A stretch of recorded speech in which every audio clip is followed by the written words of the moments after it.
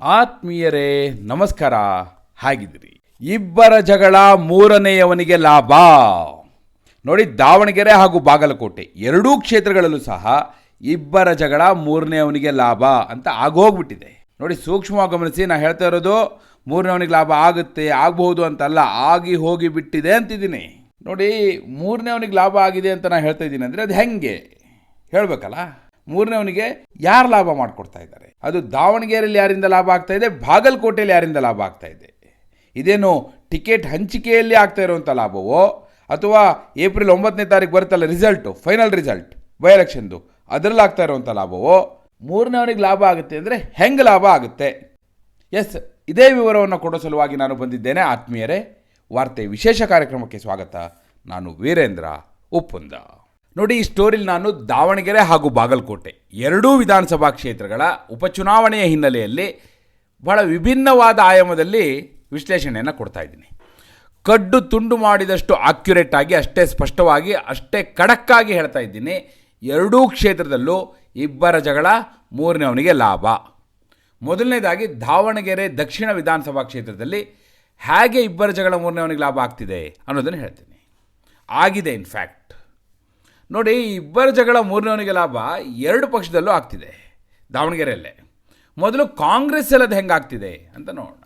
ಇಲ್ಲಿ ಶಾಮನೂರು ಶಿವಶಂಕರಪ್ಪನವರ ಕುಟುಂಬದ ಸಮರ್ಥ ಶಾಮನೂರಿಗೆ ಟಿಕೆಟ್ ಕೊಡಲಿಲ್ಲ ಅಂದರೆ ಏನಾಗುತ್ತೆ?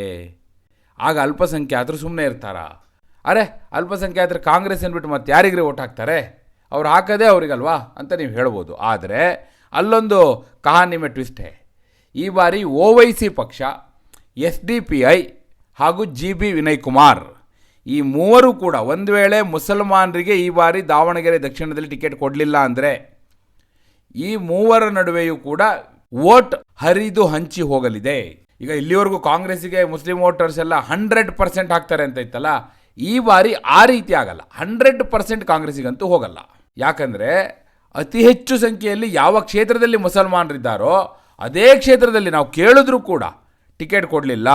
ಅದು ಕಳೆದ ಚುನಾವಣೆಯಲ್ಲಿ ಸ್ವತಃ ಶಾಮನೂರು ಶಿವಶಂಕರಪ್ಪನವರು ಮುಂದಿನ ಚುನಾವಣೆಯಲ್ಲಿ ಅಲ್ಪಸಂಖ್ಯಾತರಿಗೆ ಟಿಕೆಟ್, ಅವ್ರನ್ನೇ ಗೆಲ್ಲಿಸ್ಕೊಂಡು ಬರ್ತೀವಿ ಅಂತ ಘೋಷಣೆ ಮಾಡಿದ ನಂತರವೂ ಕೂಡ ನಮಗೆ ಟಿಕೆಟ್ ಕೊಡಲಿಲ್ಲ, ಮೋಸ ಮಾಡಿದ್ರು ಅಂಥೇಳಿ ಅವರು ಬೇಸರಗೊಳ್ಳೋದು ಸಹಜ. ಹೀಗಾಗಿ ಒಂದು ಸ್ವಲ್ಪ ಆದರೂ ಡೈವರ್ಟ್ ಆಗೇ ಆಗುತ್ತೆ.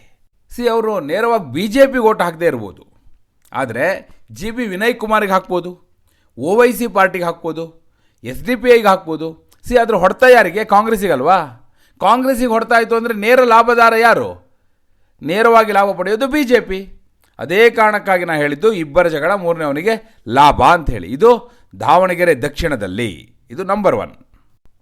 ನಂಬರ್ 2, ದಾವಣಗೆರೆಯಲ್ಲೇ ಇಲ್ಲಪ್ಪ ಮುಸಲ್ಮಾನರಿಗೆ ಟಿಕೆಟ್ ಕೊಟ್ಬಿಟ್ರು ಕಾಂಗ್ರೆಸ್ಸಿಂದ ಅಂತ ಅಶ್ಯೂಮ್ ಮಾಡ್ಕೊಳ್ಳೋಣ, ಹಂಗೆ ಅನ್ಕೊಳ್ಳೋಣ. ಆಗ ಶಾಮನೂರ್ ಫ್ಯಾಮಿಲಿ ಏನು ಮಾಡುತ್ತೆ, ಮಲ್ಲಿಕಾರ್ಜುನ್ ಏನು ಮಾಡ್ತಾರೆ? ಸುಮ್ಮನೆ ಕೂತ್ಕೋತಾರ? ಗೆಲ್ಲಿಸ್ರಪ್ಪ, ಅಲ್ಪಸಂಖ್ಯಾತರಿಗೆ ಟಿಕೆಟ್ ಕೊಟ್ಟಿದ್ದಾರೆ, ಇಷ್ಟು ವರ್ಷ ಅವ್ರು ನಮಗೆ ಸಪೋರ್ಟ್ ಮಾಡಿದ್ದಾರೆ, ಈ ಸತಿ ಅವ್ರನ್ನ ಗೆಲ್ಲಿಸ್ಬಿಡೋಣ, MLA ಮಾಡಿಬಿಡೋಣ ಅಂತ ಹೋಗ್ತಾರಾ? ಹಂಗೆ ಹೋದರು ಅಂದರೆ ಮುಗೀತಲ್ಲ, ಅವ್ರ ಕ್ಷೇತ್ರ ಅವ್ರ ಕೈಯಿಂದ ತಪ್ಪೋಯ್ತಲ್ಲ. ನೋಡಿ, ಸೋಲು ಗೆಲುವು ಅವ್ರಿಗೆ ಮುಖ್ಯ ಅಲ್ಲ ಶಾಮನೂರ್ ಫ್ಯಾಮಿಲಿಗೆ. ಅಲ್ಲೇನು MLA ಗೆದ್ದವ್ರೇನು ದುಡ್ಡು ಮಾಡಬೇಕಾಗಿಲ್ಲ. ಆದರೆ ಕ್ಷೇತ್ರದ ಹಿಡಿತ ಅವರ ಕೈ ತಪ್ಪಬಾರ್ದು. ಅದೇ ಕಾರಣಕ್ಕಾಗಿ ಅವರು ಒಂದು ವೇಳೆ ತಮಗೆ ಟಿಕೆಟ್ ಕೊಡಲಿಲ್ಲ ಅಂದರೆ, ತಮ್ಮ ಕುಟುಂಬಕ್ಕೆ ಟಿಕೆಟ್ ಕೊಡಲಿಲ್ಲ, ಮುಸಲ್ಮಾನರಿಗೆ ಟಿಕೆಟ್ ಕೊಟ್ಟರು ಅಂದರೆ, ಅದೇನಾದರೂ ಆಗಲಿ, ಈ ಬಾರಿ ಕಾಂಗ್ರೆಸ್ ಸೋತರೂ ಸರಿ, ಕ್ಷೇತ್ರ ಮುಂದೆ ಮತ್ತೆ ನಮ್ಮ ಕೈಗೆ ಬರಬೇಕು ಅಂತ ಹೇಳಿ ಒಳ ಹೊಡೆತ ಕೊಟ್ಟಾದರೂ ಸರಿ ಮುಸಲ್ಮಾನ್ ಅಭ್ಯರ್ಥಿ ಸೋಲೋ ಹಾಗೆ ನೋಡ್ಕೋತಾರೆ. ಆಗ ಮುಂದಿನ 2028 ವಿಧಾನಸಭಾ ಚುನಾವಣೆ ವೇಳೆಗಾದರೂ ನೋಡಿ, ಅಲ್ಪಸಂಖ್ಯಾತರಿಗೆ ಟಿಕೆಟ್ ಕೊಟ್ಟು ನೋಡಾಯಿತು, ಅವ್ರು ಸೋತು ಆಯಿತು, ಈಗ ನಮಗೆ ಟಿಕೆಟ್ ಕೊಡಿ ಅಂತ ಕೇಳಿ ಮತ್ತೆ ಕ್ಷೇತ್ರದ ಮೇಲೆ ಹಿಡಿತವನ್ನು ಸಾಧಿಸ್ಬೋದು ಅನ್ನೋದು ಅವ್ರ ಲೆಕ್ಕಾಚಾರ. Politically correct. ಆದರೆ ಇದರಿಂದ ಲಾಭ ಆಗೋದು ಯಾರಿಗೆ? ಮೂರನೇವರಿಗೆ. ಇನ್ನು ಬಾಗಲಕೋಟೆಗೆ ಬನ್ನಿ. ಅಲ್ಲಿ ಕಾಂಗ್ರೆಸ್ನಲ್ಲಿ ಮೇಟಿ ಕುಟುಂಬದಲ್ಲೇ ಫೈಟು. ಒಂದು ಕಡೆ ಬಾಯಕ್ಕ ಮೇಟಿ, ಮತ್ತೊಂದು ಕಡೆ ಮಹಾದೇವಿ ಮೇಟಿ, ಇನ್ನೊಂದು ಕಡೆ ಉಮೇಶ್ ಮೇಟಿ, ಮತ್ತೊಂದು ಕಡೆ ಮಲ್ಲಿಕಾರ್ಜುನ ಮೇಟಿ. ಇವರು ನಮಗೆ ಬೇಕು ಟಿಕೆಟಲ್ಲಿ ಕಿತ್ತಾಡ್ತಾ ಇದ್ದಾರೆ. ಅದಕ್ಕೆ ಯಾವ ಲೆವೆಲಿಗೆ ಬಂದುಬಿಟ್ಟಿದೆ ಅಂದರೆ, ಮೇಟಿ ಫ್ಯಾಮಿಲಿ ಬಿಟ್ಟು ಬೇರೆಯವ್ರಿಗೆ ಟಿಕೆಟ್ ಕೊಡೋ ವಿಚಾರ ಚರ್ಚೆ ಆಗ್ತಾ ಇದೆ. ಅದಕ್ಕೆ ಕೇಳಿದ್ದಾರೆ ನೋಡಿ, ವೀಣಾ ಕಾಶಪ್ಪನವರು ಬಹಿರಂಗವಾಗಿ ಹೇಳಿಕೆ ಕೊಟ್ಟಿದ್ದಾರೆ, ಒಂದು ವೇಳೆ ಮೇಟಿ ಕುಟುಂಬ ಬಿಟ್ಟು ಬೇರೆಯವ್ರಿಗೆ ಟಿಕೆಟ್ ಕೊಡೋದಾದರೆ ನನ್ನನ್ನು ಪರಿಗಣಿಸಿ, ನನಗೆ ಕೊಡಿ ಅಂತ ಕೇಳಿದ್ದಾರೆ ಅವರು. ಅವರಷ್ಟೇ ಅಲ್ಲ, ರಕ್ಷಿತಾ ಭರತ್ ಕುಮಾರ್ ಇಟಿ ಅವರು ಕೂಡ ಬಹಿರಂಗವಾಗಿ ಕೇಳಿದ್ದಾರೆ, ಒಂದು ವೇಳೆ ಮೇಟಿ ಕುಟುಂಬಕ್ಕೆ ಟಿಕೆಟ್ ಕೊಡಲ್ಲ ಅಂದರೆ ನನಗೆ ಕೊಡಿ ಅಂತ. ಇಲ್ಲೊಂದು ತಂತ್ರಗಾರಿಕೆಯೂ ಇದೆ. ಯಾವಾಗ ಬೇರೆಯವರೆಲ್ಲ ಕೇಳಲಿಕ್ಕೆ ಶುರು ಮಾಡ್ತಾರೆ, ಕಾಂಗ್ರೆಸ್ ಪಾರ್ಟಿಯವರೇ ಕೇಳಿಸಿರ್ತಾರೆ ಲೀಡರ್ಸು. ಬೇರೆಯವ್ರು ಕೇಳಿದ ಕೂಡಲೇ ಅಟ್ಲೀಸ್ಟ್ ಆಗಾದರೂ ಮೇಟಿ ಕುಟುಂಬದವರೆಲ್ಲ ಒಟ್ಟಾಗಿ ಒಂದು ಡಿಸಿಷನ್ಗೆ ಬರಲಿ, ಒಗ್ಗಟ್ಟಾಗಲಿ ಅಂತೇಳಿ ಇದೆಲ್ಲ ತಂತ್ರಗಾರಿಕೆಗಳು ನಡೆಯುತ್ತೆ. ಹೀಗೆ ನೀವು ಯಾವ ಆಯಾಮದಿಂದ ನೋಡಿದರೂ ಸಹ ಎರಡೂ ಕ್ಷೇತ್ರಗಳಲ್ಲಿ ಇಬ್ಬರ ಜಗಳ ನಡೀತಾ ಇದೆ. ಅದು ಟಿಕೆಟ್ಗಾಗಿಯೂ ನಡೀತಾ ಇದೆ. ಟಿಕೆಟ್ ಅಂತಿಮಗೊಂಡ ನಂತರ ಕಣದಲ್ಲೂ ನೀವು ನೋಡ್ತೀರಿ ಇದನ್ನು.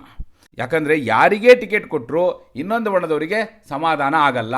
ಅವರು ನೇರವಾಗಿ ಬಹಿರಂಗವಾಗಿ ಬಂಡಾಯ ಮಾಡದೇ ಇದ್ದರು ಕೊನೆ ಪಕ್ಷ ಒಳ ಹೊಡೆತ ಕೊಡುವಂಥ ಪ್ರಯತ್ನ ಮಾಡ್ತಾರೆ. ಸೊ ಅದರ ಪರಿಣಾಮ ನೇರವಾಗಿ ಫಲಿತಾಂಶದ ಮೇಲಾಗುತ್ತೆ. ಅದೇ ಕಾರಣಕ್ಕಾಗಿ ನಾನು ಹೇಳ್ತಿರೋದು, ಈಗ ಟಿಕೆಟ್ ವಿಚಾರದಲ್ಲಿ ಆಗೋಗ್ಬಿಟ್ಟಿದೆ. ಇಬ್ಬರ ಜಗಳ ಮೂರನೇವನಿಗೆ ಲಾಭ ಅಂತ ಆಗೋಗ್ಬಿಟ್ಟಿದೆ. ಹೆಸರು ಮುನ್ನೆಲೆಗೆ ಬಂದು ಅವ್ರ ಹೆಸರು ಚರ್ಚೆ ಆಗ್ತಿದೆ ಅದನ್ನೇ ಬಹಳ ದೊಡ್ಡ ವಿಷಯ ಅಲ್ವಾ. ವಿನಯ್ ಕುಮಾರ್ ಅಂತವರಿಗೆಲ್ಲ ಇದು ಅಡ್ವಾಂಟೇಜ್ ಅಲ್ವಾ.